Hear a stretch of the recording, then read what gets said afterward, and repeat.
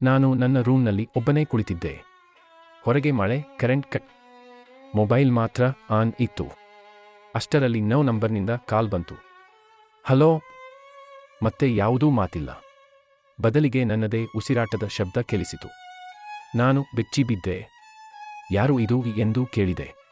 ಅದಕ್ಕೆ ಉತ್ತರವಾಗಿ ಫೋನ್ನಲ್ಲಿಂದ ನನ್ನದೇ ಧ್ವನಿ ತರಹ ನಿನ್ನ ಹಿಂದೆ ನಿಂತಿದ್ದೀನಿ, ತಿರುಗ್ಬೇಡ ಎಂದು ಕೇಳಿಸಿತು. ನಾನು ನಡುಗಿದೆ.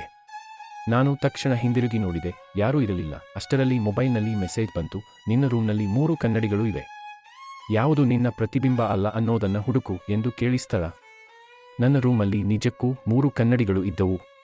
ಒಂದರಲ್ಲಿ ನಾನು ಸಹಜವಾಗಿ ಕಾಣುತ್ತಿದ್ದೆ.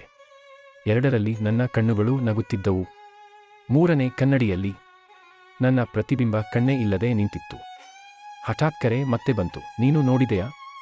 ಈಗ ನೀನು ನನ್ನ ಜಾಗದಲ್ಲಿ ಇದ್ದೀಯಾ ಎಂದು ಹೇಳಿತು. ಲೈಟ್ ಮತ್ತೆ ಬಂತು.